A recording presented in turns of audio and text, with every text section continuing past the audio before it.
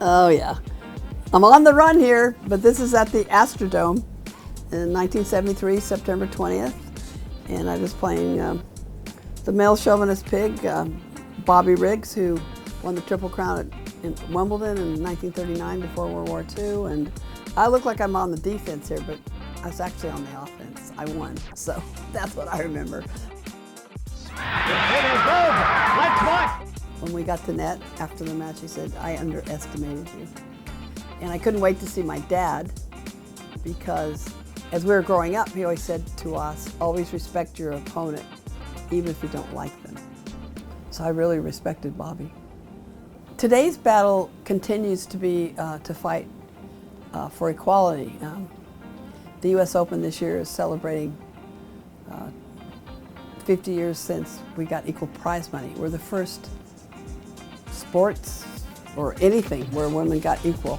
Title IX has changed everything. We've had the chance to be coached properly. They actually have uniforms. They have a field to play in, or a pool to swim in, or a tennis court to play on. So these are all the things that happen because of Title IX.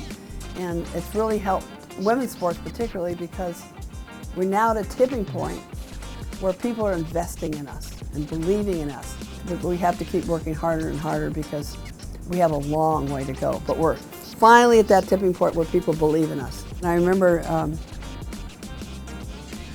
just believing in myself enough to win, and know that this was more about social change and everybody else in the world, not just about me, which I usually do better when it's bigger than myself.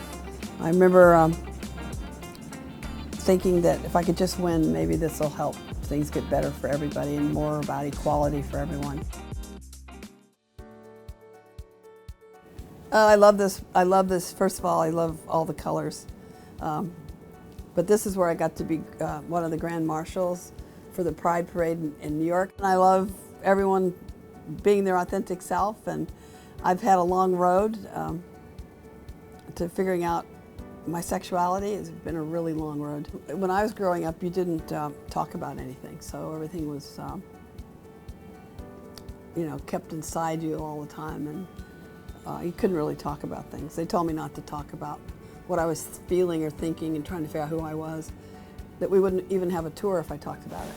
So here I'm free, I'm myself, and I made it. And I want this for everyone, especially trans, because they go through so much. Their road is very difficult, I think, and I think we need to have more compassion sometimes. I don't think people do enough. But I just love it when everybody can be who they want to be, and they're free to be who they want to be. And I think that's major in life. Oh my gosh. This is when Osaka played Serena. I think this is the first time they played the finals. But I always remember I usually did the coin toss for a few matches now. But what an honor to be on the court with them before the match. But this shows you how each generation of players have made a difference.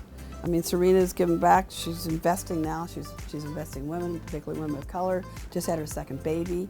It's so exciting. Osaka, I think, brought mental health to everyone's attention, and I love the way she stands up for communities. And they're freer to do this now, too. Society's changed. You couldn't quite do it the same way in the 70s, for instance. So I'm so happy the progress we're making. And also Osaka always looked up to Serena. Serena's her shero, her hero. So there's a lot going on here when I see this, from the past, the present, and the future. So this is a fantastic photo, actually.